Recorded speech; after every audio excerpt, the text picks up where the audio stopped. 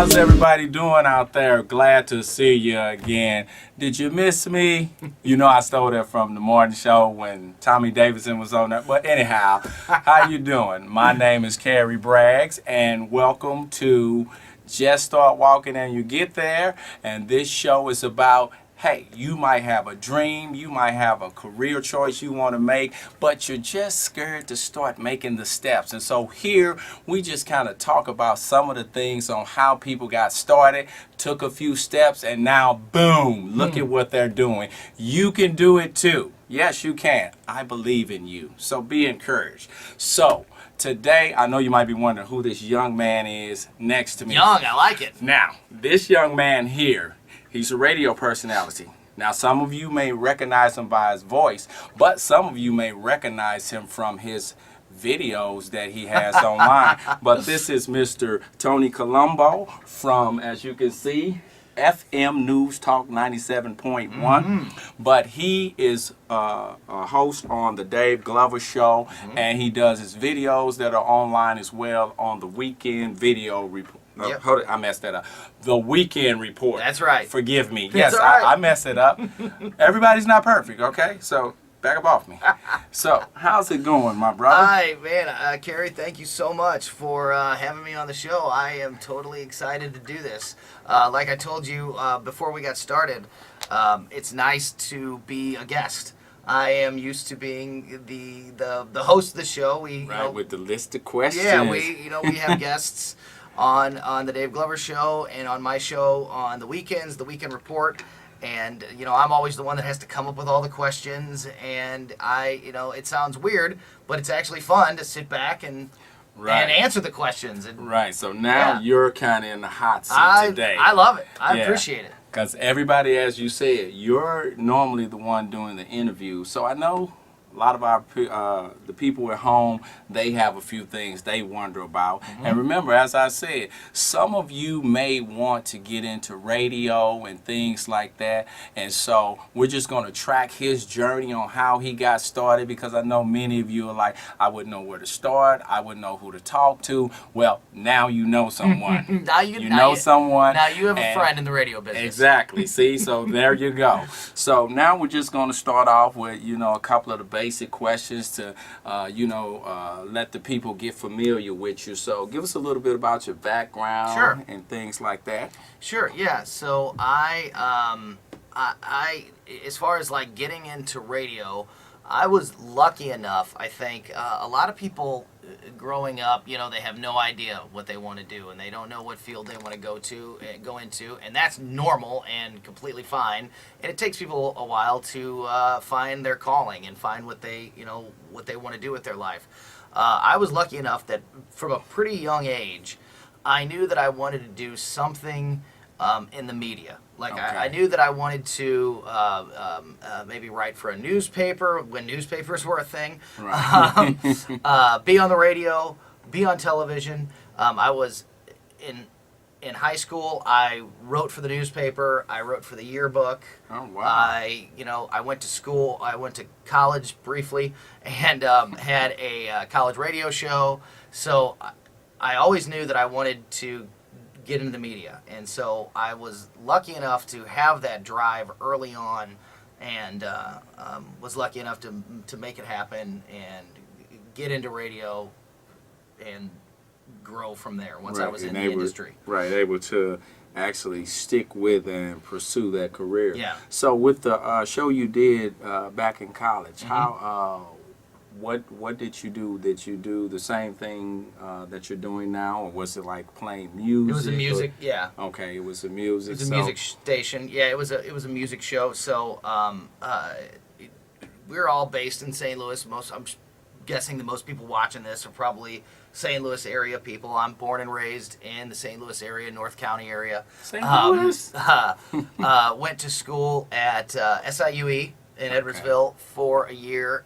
Went to school at Flow Valley for a year. Was on the radio there at Flow Valley, and was doing my college radio show when I got the opportunity to do an internship, and then was offered a part-time job with 105.7 The Point, which is still radio station here in St. Louis. and took a job there. Quit going to school, which I don't recommend, but everybody does dumb things and makes mistakes. And I quit going to school. My line of thinking at the time, which I'm not saying is right, was, well, I'm going to school to get a job in radio, and now I have a job in radio, so why do I need to go to school? Right. Well, you know, I'm not sure that was the right call, but so far it hasn't hurt me too bad. Right. And yeah, I just was able to, once I got my foot in the door, once I got into a real professional radio station, you know, was just able to grow from there. My first job in radio, my first paid job in radio, I was an intern for a while at the point, you know, going to concerts and passing out, the guy who stood outside of concerts and passed out the radio station stickers. Right. I've seen, you know, seen yeah, those hung guys, the banners when you know, when they'd be at a remote or, you know, an on-site promotion event. I was the guy that was hanging the banners around, you know, and trying to make it look good and taking pictures, you know, for the websites and things like that. Right. But then when I finally got, when I was offered a job, my first job in radio was weekend overnights. I was a DJ. I was an on-air jock. The Point's a music station, alternative music station. And my first gig was weekend overnights. I worked Saturday and Sunday mornings from 2 a.m. to 6 a.m. Wow.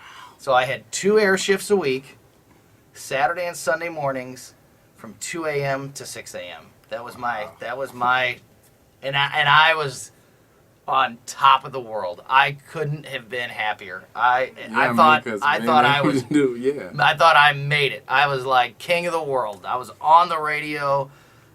I didn't care that it was 2 o'clock in the morning. I was on the radio, on the Point, in my hometown, and it was just the best.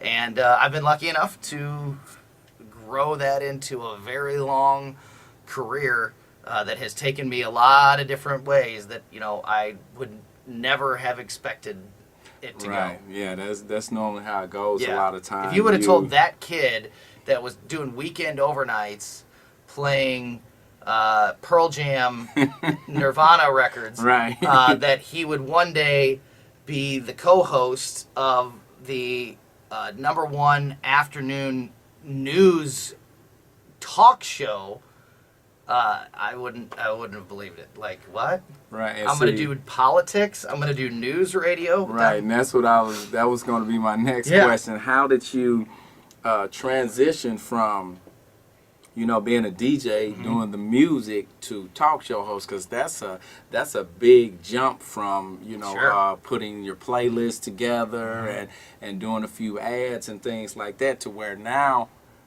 you're front and center.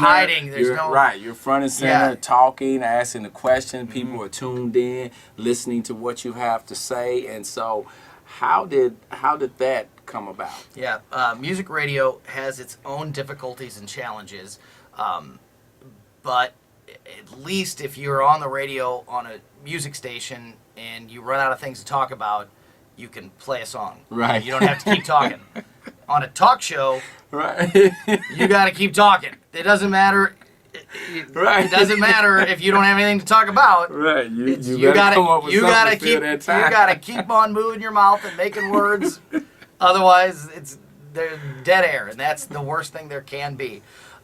So once again, you know, I got lucky. I was on the radio at the Point, and we actually got bought out by a company called Emmis Communications. When I started with the Point, it was owned by a company called Sinclair Broadcast Group, which is still around, a big broadcast company in the United States, and they sold a few of their St. Louis radio stations to a company called Emmis Communications.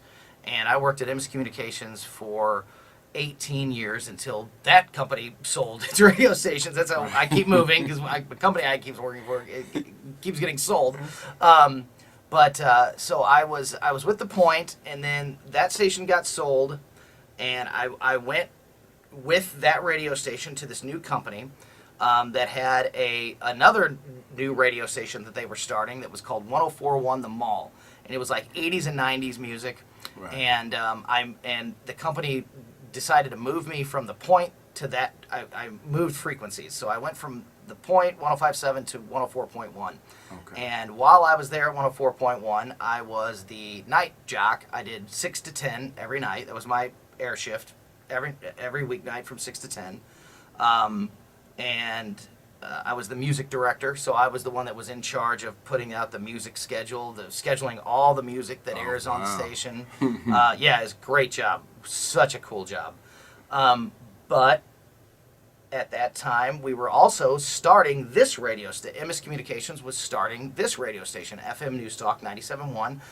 It had a different name back then. It was Radio 97.1 or something like that. But it had an afternoon drive host that was brand new to radio. He was a former lawyer that was trying to make this transition into radio, Dave Glover. And Dave Glover has now become, in those years since he started about 18 years ago, has become the number one talk show, number one radio show in St. Louis. And he was just getting started back then, and he didn't know anybody, and he needed guests, and he needed people to talk to. And so here I was in the building already, coming in to do my air shift on the Mall, and he would ask me to come in to be a guest on his show a couple of times a week before, his show was on, I think, until 6 at that time. I think he was on from like 3 to 6. So he'd ask me if I had time to pop in and sit down with him and be a guest on his show before I went in and did my show. And since we were all right there in the same building, all owned by the same company, it was real easy for me to just pop in there. And so I became a part of the Dave Glover show from the very beginnings of just being a regular guest. Right. And I worked I had a show in music radio on 104.1, and then I also we changed that format from the Mall to a radio station we called Red, and I kept doing the music radio thing for years, but the whole time I was a regular guest on the Dave Glover show, and eventually just made the full transition over from music radio to talk radio. It was just a long, sort of gradual process of changing. Of changing, yeah. Right. So, what was that something that I know you said it was a gradual process, Mm-hmm. but is that something that you wanted to do? Or is it one where it's like, this is something different and I don't mind going with the flow? That's how it started. So it started as something, this is, just like anything, when you're passionate about it and you want to grow and you want to, expand your reach, any opportunity I had to, I had my own radio show and that was great. But if I had an opportunity to go be on this other radio show, right, and it wasn't interfering with my job, it made me more. It made me more popular. It made it was giving you more exposure, experience. We actually ended up selling. They ended up selling that station 104.1 that I was on, and because I had such a strong relationship with this station, the talk station, and the Dave Glover show, when they sold 104.1, they just moved me over to be a full-time part of the of the talk station. And I've been on the Dave Glover show for 18 years or 17 years. I think his show's been on for 18 years, and I started hooking up with him about a year into it. So I think I've been with Dave for about 17 years, and was also I'm skipping a whole big part of this. During that transition, not only was I on his show, but I was made the promotions director for the radio station. So there was a long period of time there where I was running one of the departments. So I was part of the management team of the radio station and also one of the on-air personalities. And that's just crazy. So after a few years of that, it was getting to be I needed to both jobs needed somebody to focus full time. Right. And right. I was cheating the Dave Glover show by not being able to fully engage with that because of my responsibilities in the promotions department. Right. And then the promotions department was suffering because if something happened, if there was a client meeting or something that I really should have been at, but the show was on the air, right. and I'm in the studio on the air, then that's suffering. So, so eventually, I mean, this is talk about the Cliff Notes version of a long career. Eventually, just moved completely out of the promotions department and focused 100% on the on-air part of my job, and am lucky enough to be the co-host of the Dave Glover Show, and now to have also started my own show on the weekends here called The Weekend Report with my partner Chris Arps, and we do that show for 2 hours every Saturday afternoon. And that's the show with the videos. Yeah, we have videos, yeah, right? So yeah. as I was telling you all earlier that he does the videos, and so you said when does that air? So the show is on Saturdays from 5 p.m. to 7 p.m. The Weekend Report, and then we also shoot videos throughout the week. So we try to put video content on our website all throughout the week. So you can download our podcast, you can listen to the show for free on our website, you can podcast it for free. So if you're not able to listen from 5 to 7 on Saturdays when it's on the air, you can take the show with you, podcast it wherever you want, and we want to provide content and reach out to our listeners more often than just Saturdays. So we have a YouTube video player there on our page, and we like to put videos up there throughout the week. So we're able to have a lot of fun with that. It's cool because when I started in radio, literally, we were like websites were like just starting. And it was like, what are these things? It's kind of like a way to maybe just advertise who you were, but in the last never looked like it is now. Not at all. It's a big part. Not of at all. It was all everything. text, you know. Right. And it was just maybe if you could put a couple pictures up there, it really looked cool. Right.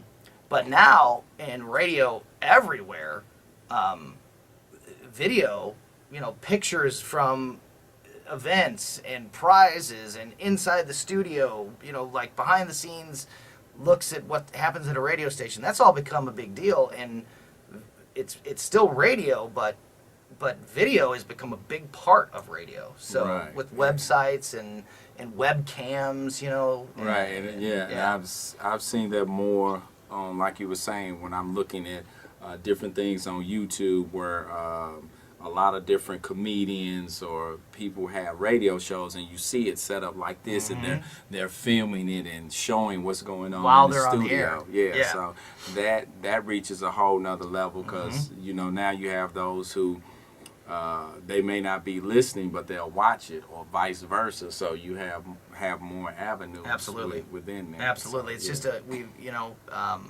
just the outreach. It just all goes back to that. Kind of like what I was saying, you know, that I had the desire to be in multiple formats at once when I was doing FM, when I was doing music radio, but coming in and being a regular guest on talk radio. Well, now we're not just like that. You know, it was music radio and talk radio. Well, now it's not just within the radio. Now we can make videos for YouTube, and we can podcast. Right. You know, like Dave Glover has a podcast that he does as well. So he does a radio show and he does a podcast on the side. And we have all these different streams, all these different venues to push out our content. And the radio will always be the foundation of it. Right. But YouTube and podcasting for the other things, gives us an opportunity to expand our brand and do some things that we wouldn't otherwise be able to do. So it's right. It's come a long way. Yeah, I mean it has, because like you said, I mean, because at first it was just the radio, but I have noticed that in recent years to where, you know, I'm seeing them filming their videos when they're in the studio and things like that. So that's really big. And like you were saying, we're starting your show on the weekend. So now, is that similar to what you do on your weekly radio show? The Dave Glover Show is this radio station is a news talk station, and we try to be there, provide information to our listeners that they want. So we, right now, there's no such thing as a slow news day. You used to hear like slow news day. That's not a thing anymore.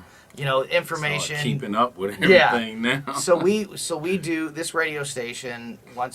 Our primary purpose is to provide that news and information to our listeners.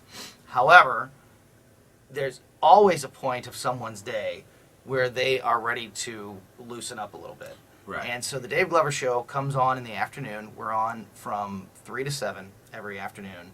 And yes, whatever the big news is that's happening, we're going to talk about it and we're going to cover it. But our show, more than the other shows on the station, just because of the time when we're on when people are getting off work and they're on their way home and they're ready to start to unwind from the day.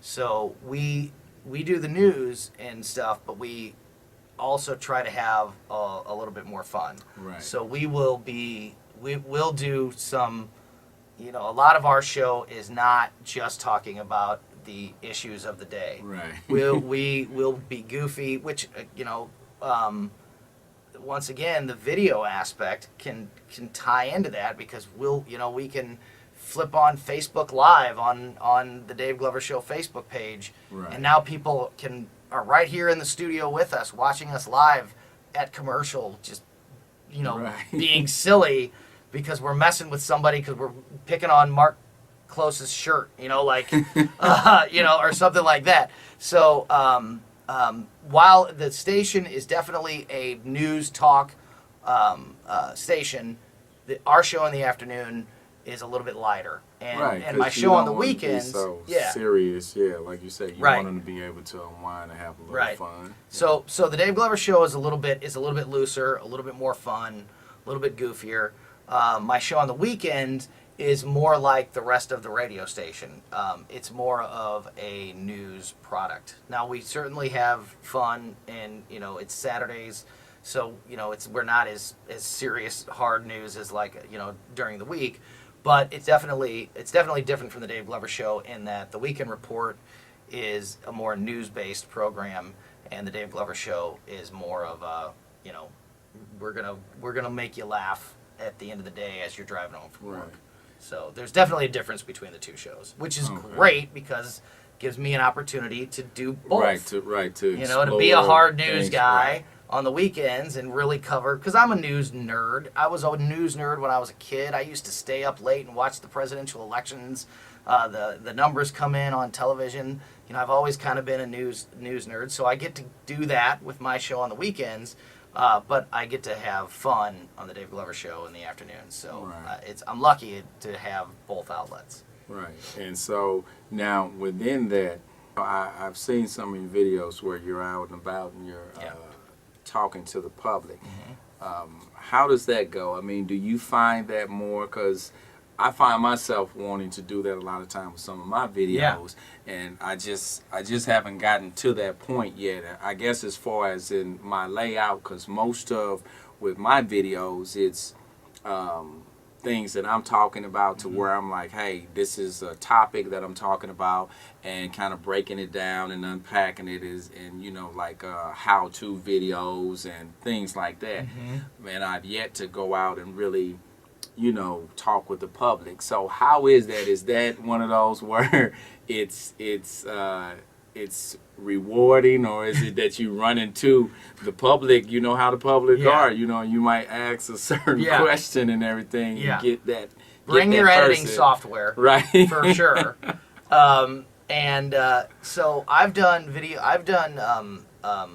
video series where I've gone out and whatever the stories are of the day, whatever the big stories are, where we go out, I have a cameraman with me, and we just approach people on the street and try to get, ask them their opinion on whatever issue.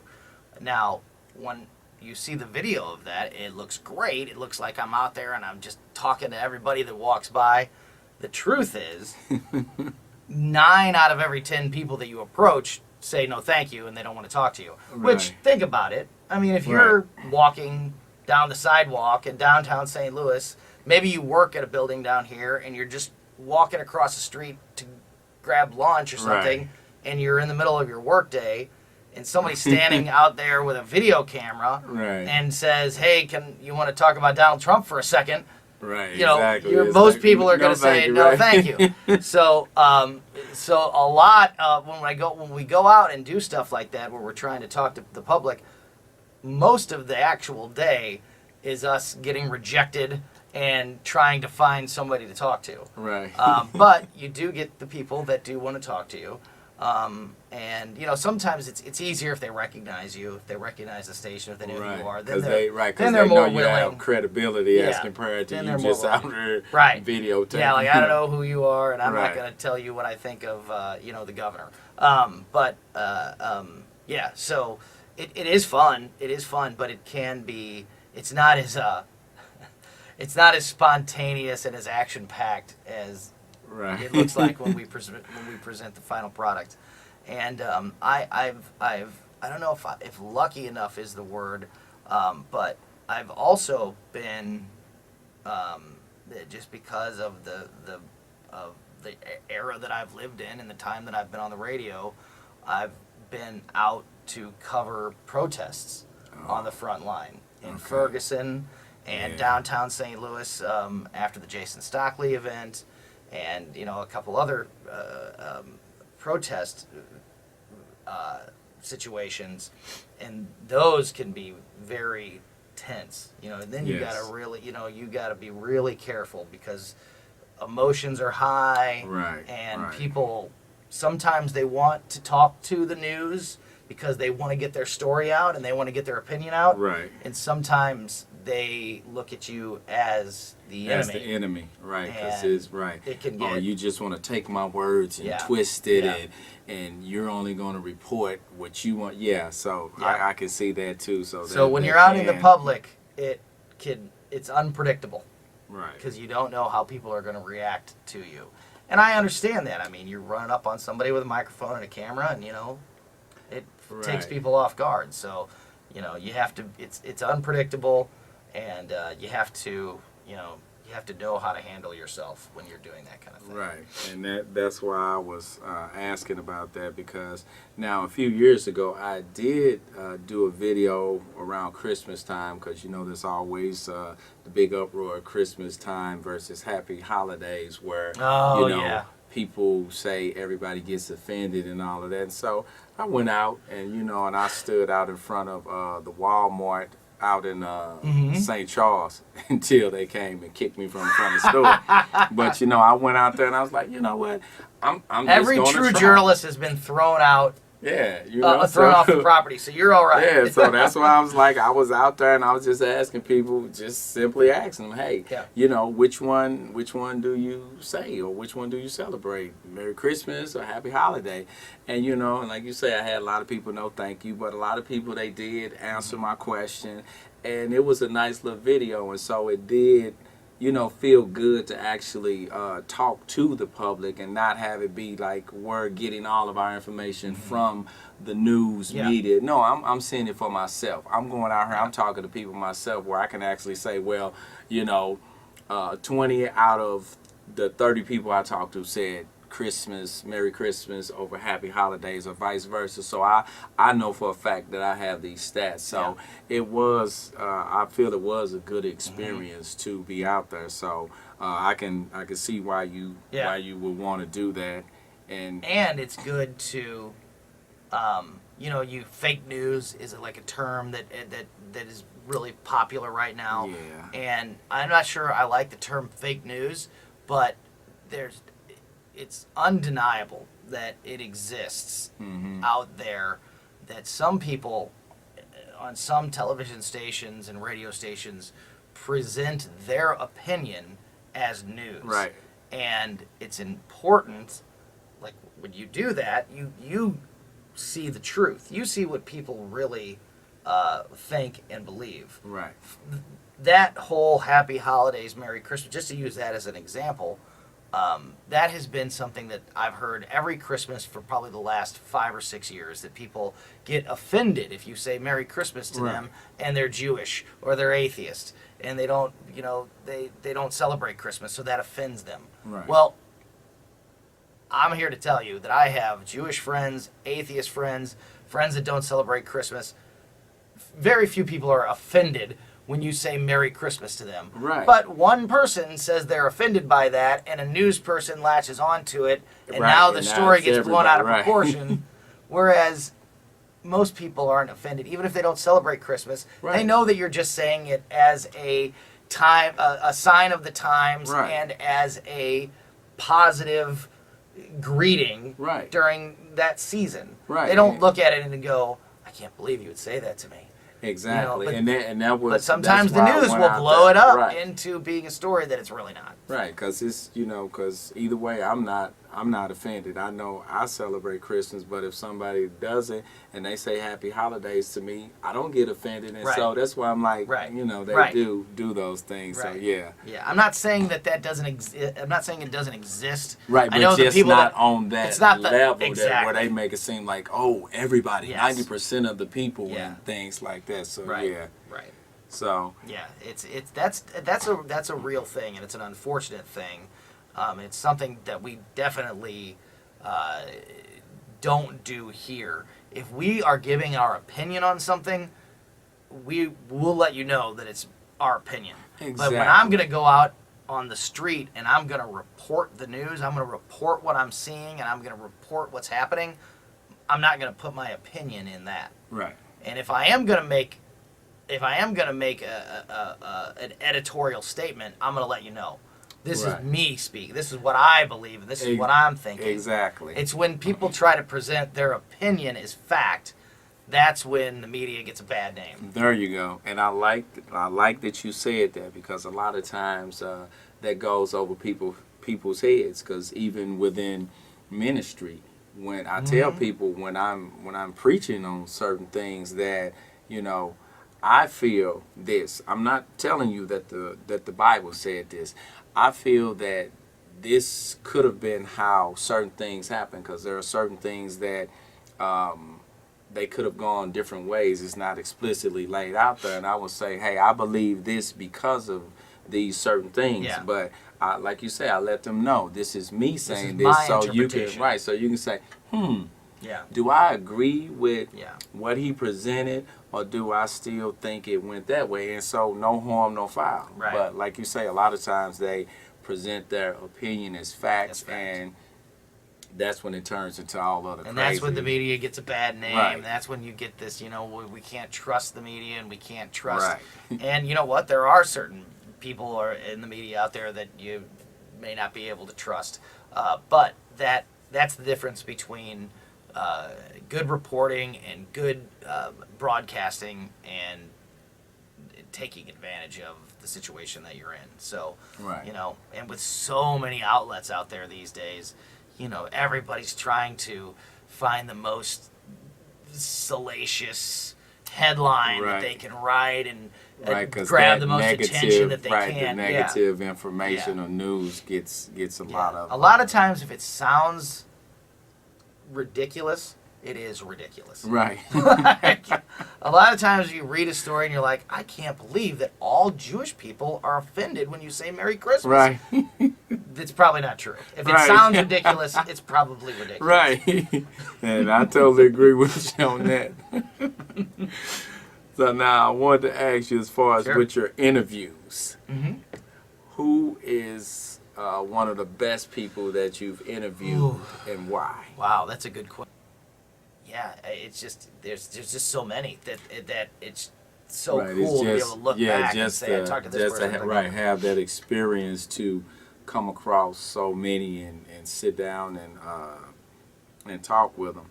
I mean, is there some advice or something from somebody that may have stuck with you, or something like that? Because I know, or even maybe like sometimes you'll meet someone and you think they're one way, and then you meet them, and you know it's like you may get to talking about things like, oh, I didn't know, you know, they might be into something, you know, quirky or something where, you know, they might collect, you know, bottle tops or something, and where you like, hey, I would never figure, you know, you this big athlete or whatever, but you know, that just has that human side to them where we like, I wouldn't expect. That's what people don't realize, I think, or don't think about when they see a person on television or listen to them on the radio all the time, that they're just normal people. You know, they still just watch TV sometimes, and they still, you know, they have a hobby that they do, and it's cool to see that side of people. You know, we've talked to Joe Buck. You know, we've had him on the show before. We've had when Mark Bolger was the quarterback of the Rams. You know, he was on the show several different times, and it's seeing these guys behind the scenes and just hearing them talk about like a television show that they watch. It's like, I can't believe, you know, so and so watches Stranger Things. Like, that's crazy. Like, I can't believe they're human. Exactly, exactly. Because you look at them in that light, And so now that you bring it up, because now that, you know, that does put it in a different perspective, because they're known for doing these certain things, but when they come in here for an interview, they're not in that capacity. You know, he's not in here as, you know, a quarterback with the Rams. He's in here as Mark Bolger or somebody who's in the Senate. They're not in here as a senator. They're, you know, the person sitting here and you just kind of shooting the breeze. And I know it's certain things you touch on, but other than that, it's like, you know, seeing them. There's a guy that's running for Senate right now. His name is Austin Peterson. And I've had him on the Weekend Report several times. He is he's running for Senate as a Republican, but he's a libertarian, and I sort of identify myself as more of a libertarian than a Republican or a Democrat. Although I don't like any of those labels. I would, you know, if there was one of those labels that I had to pick, I would probably pick libertarian, although there's sometimes that I don't necessarily fully agree with that either. But anyway, because of that libertarian way of thinking, Austin Peterson was a candidate that I was very interested in, so I wanted to have him on the show. And we had him on the show, and we've had him on a couple of times, and he's been in the studio with us.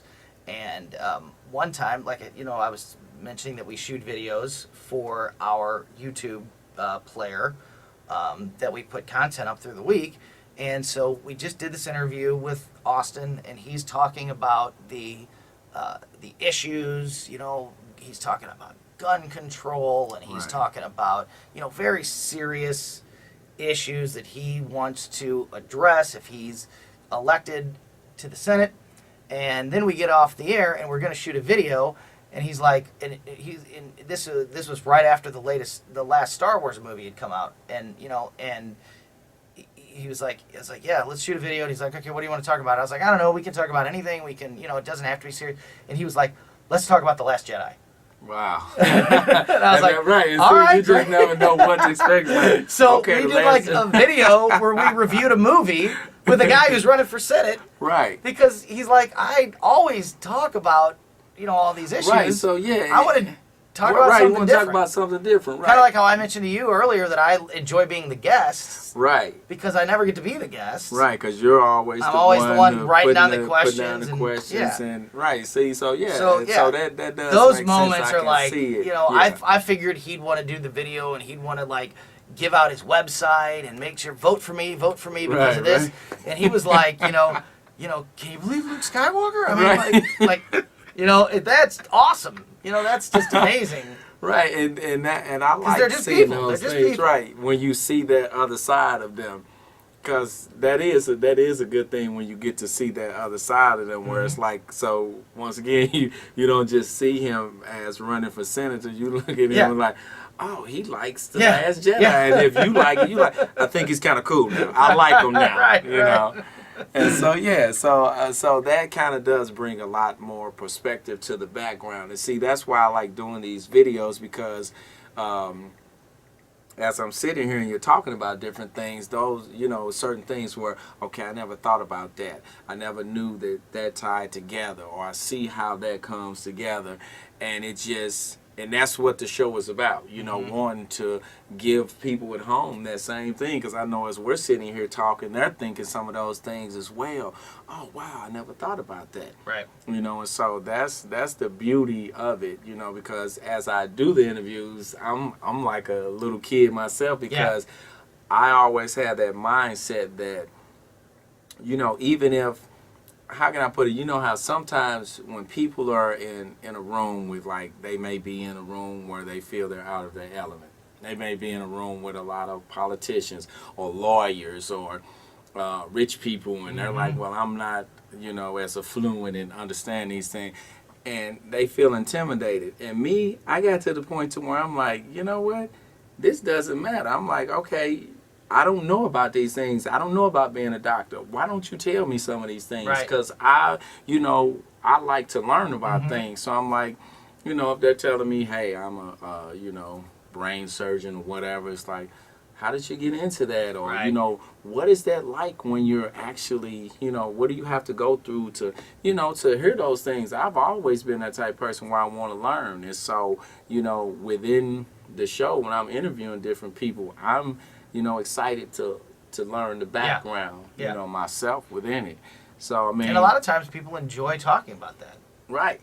They like to talk about their field and talk about, like, if you show interest in what a person does or likes, they want to talk about it. Because, again, they're just people. Right. There's no reason to be scared, they're just men and women, right, because it's like, hey, if they want to talk, that's fine. If right. they don't, that's fine too. but like you say, normally they do want to talk about it, and I usually find that a good situation, because sometimes you're in those situations and people just like, you know what, I'm gonna go stand in the corner somewhere and just let them do their thing. But me, I started saying, hey, let me embrace it. Let me see what's going on. And so I'm like really enjoying this, because this is particularly a field that I like. Right, so I'm really soaking this in. So now for our viewers at home, what kind of advice would you give those at home who want to get into radio? Because you've covered the whole spectrum. You were doing the DJing.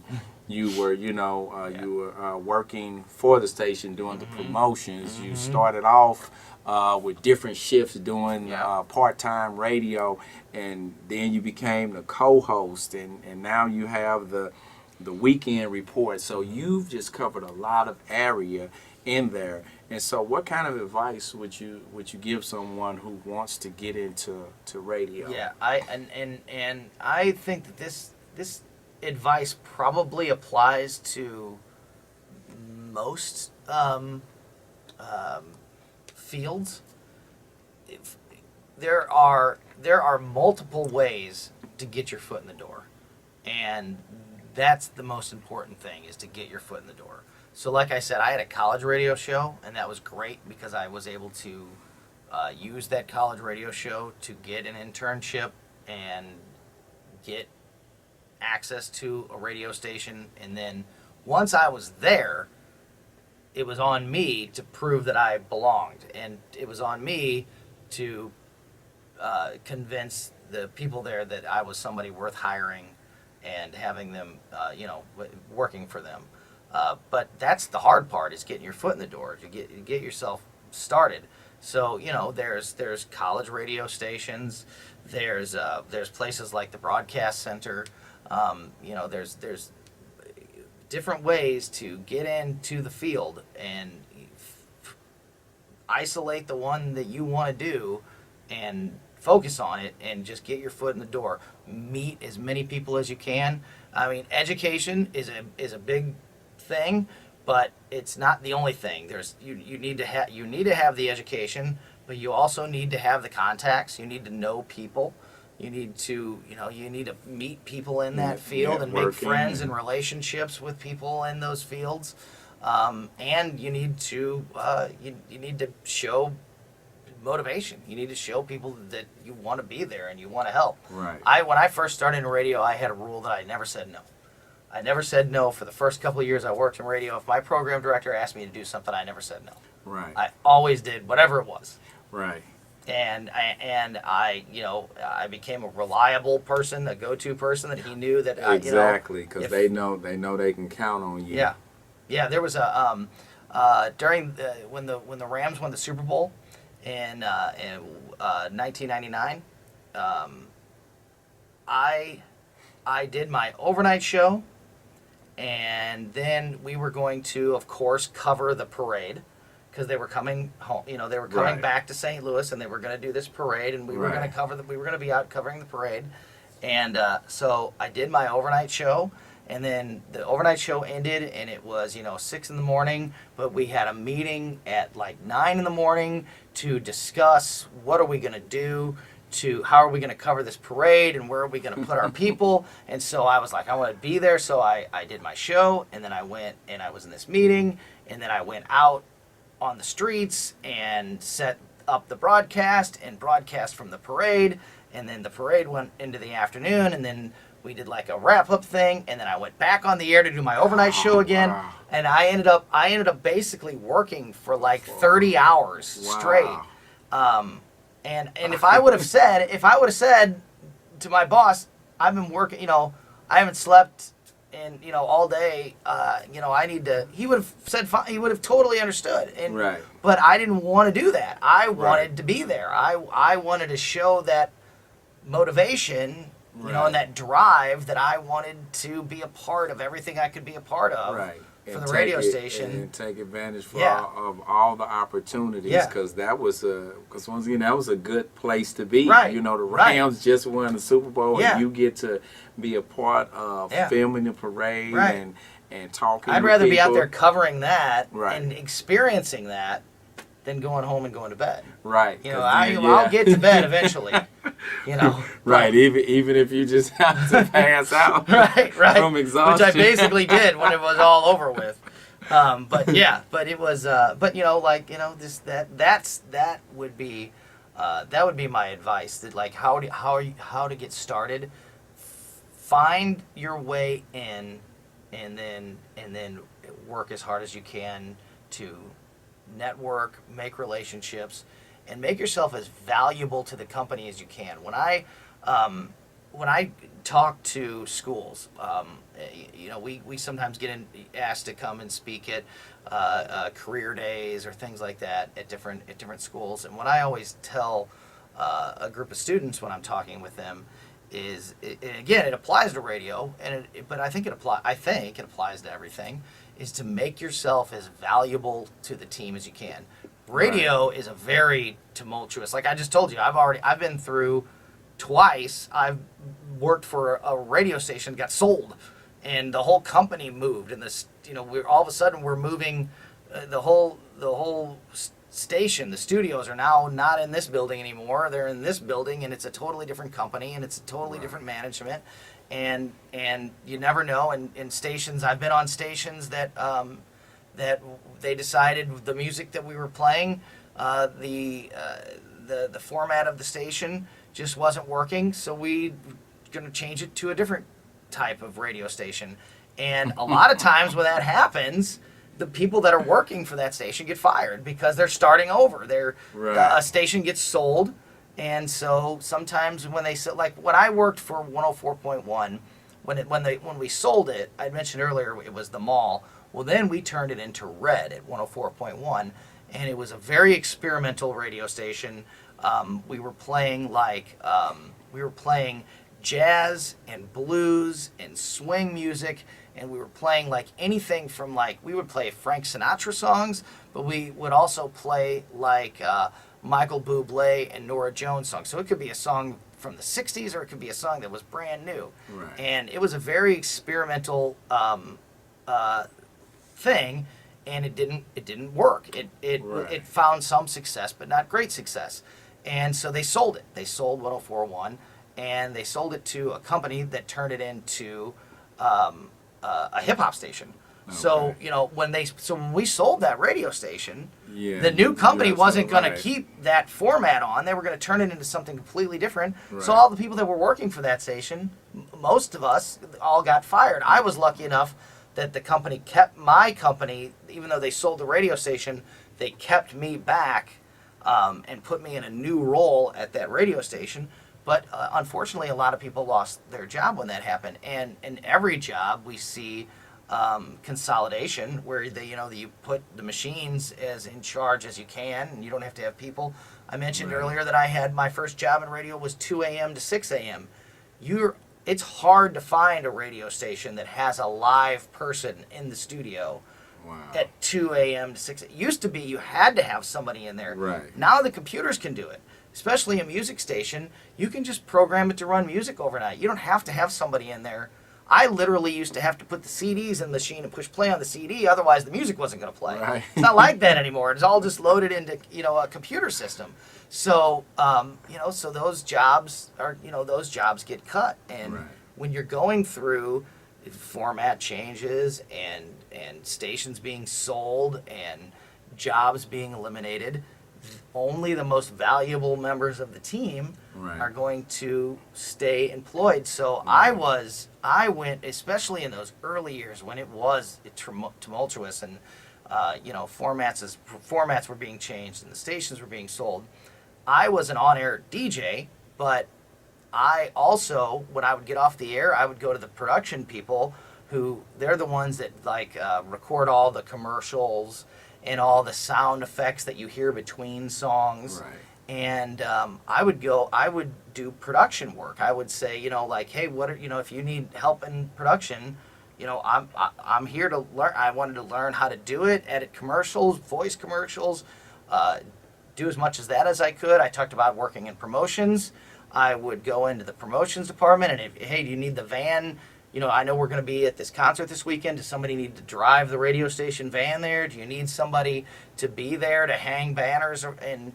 So I put my hands in all these different departments at the radio station. Right. So now when it comes time to fire somebody, I may not be the best person on the air. I may not be the best DJ there, but if they fire me, they're going to lose a DJ, a production person, and a promotions person. Right. Whereas maybe the best DJ there, that's all they do. They're only a DJ. So, I don't mean to say only a DJ, but you know what I mean. Like they don't have as much value. They're not as valuable, right? Because you can cover different territory. So I try to put my hands in everything, and I know for a fact that saved my career multiple times when they came through and it was budget time and a job had to be eliminated, or like I said, a station, we would be switching a station from one format to another, and they would look at a lot of people as one trick ponies, that they're really good at this, but this is all they do. Right. Whereas we know that if we keep Tony on the team, he'll do a good job with us, for us in the job that he was doing. But we also know that having him around, that he can work in this area and he can work in this area, and that's the kind of value that you need to create for yourself. Right. I believe. No, I really believe, and I know for a fact, like I said, that it saved me several times from being fired. Everybody that works in radio has been fired. I've been fired once, and everybody that's worked in radio has been fired. But I know that I would have been fired more than once, and probably wouldn't be in radio because it was at a time that I was just getting started. And if I would have gotten fired in my first, second, third year in radio, maybe I would have not gotten another chance. Right. So by making myself as valuable as possible, I was always kept around, and then I was able to grow a reputation, and I was able to get better and better at what I did. Right. And then and then it gets harder and harder to let somebody go once they grow that the value. But especially starting off, just do everything you can to make yourself as valuable to whatever team you're on as you can. As valuable That's as my possible, advice. and make the most out of every opportunity. And so with you saying that, that makes me think of, I've been in a situation like that. And I've had the same mindset on my jobs to where a lot of times when certain people, they didn't want to do certain jobs, so they wouldn't do it. And it's like, okay, I'll do it. Right. Because I thought like you thought. I'm like, hey, that keeps me in the door because I also know how to do this, this, and this, which everybody else didn't want to do. So once again, when somebody gets let go, it's not going to be me because I know how to, work in different departments. And so that's great advice. And I hope everybody at home was listening to that. That doesn't mean be a butt kisser either. It doesn't mean that. Right? No. It means be willing. Yes. It means be willing to be a team player and give that extra effort. Because, like you were saying, it wasn't being a butt kiss. It was just that where a lot of people was like, I don't want to do that job. It's maybe not the most glamorous job. Right. And I'm like, oh, I don't mind. I go clean up this trash, or I'll go over here and clean up, sweep the floor. Where other folks like, no, I'm not doing that. I have this title, and it's like, to me, it's like work is work. Right. And so in that aspect of it, but no, it wasn't like, anything they just threw in front of me. It's like, oh yeah, I'll go do it. Like, oh no, but it's more or less, there's a difference. It's more or less you being able to say make yourself valuable. Right. Make yourself valuable. Make the most of those opportunities because you never know where it's going to lead. Yeah. And just by our conversation, you see it's led him in many different directions, opened many different doors for him, and just continue to help him grow in his success. And so I hope that was a good takeaway from this interview today. If you are thinking of entering this field, I hope you were blessed by his knowledge and wisdom that he laid forth today. And just think about it, just start somewhere. Start somewhere, make a few moves, think about what it is you want to do, pray about it, and see what direction God may lead you into, because you just never know unless you start walking, unless you start trying, and all those different things. So once again, I would like to thank my guest today, Mr. Tony Columbo, and remember, you can hear him daily. Yep. You said Dave Glover's show is from 3 to 7 on 97.1, and that's every weekday. And then the Weekend Report is from 5 to 7 on Saturdays. And you can follow me on Twitter at Tony Columbo 971 on Twitter. I do a lot. I'm very active social media. At Tony Columbo 971 on Twitter, and that will basically get you to everything else. You can reach out to me if you want to check out the video players or any of the other stuff that we do.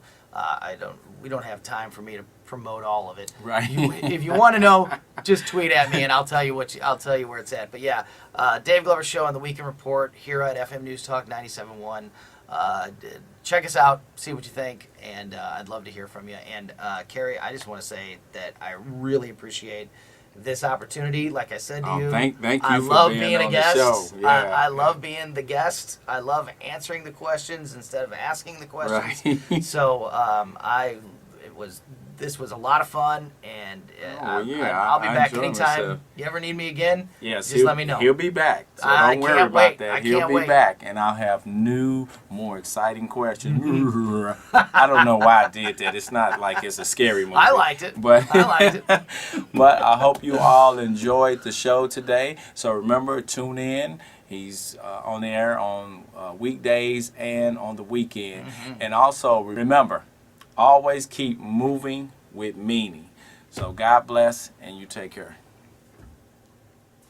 Said he would have totally understood. Right. But I didn't want to do that. I wanted to be there. I wanted to show that motivation, and that drive that I wanted to be a part of everything I could be a part of. Right. For the radio station, and take advantage of all the opportunities, because once again that was a good place to be. Right. The Rams just won the Super Bowl, and you get to be a part of filming the parade and talking. I'd rather be out there covering that and experiencing that than going home and going to bed. Right. I'll get to bed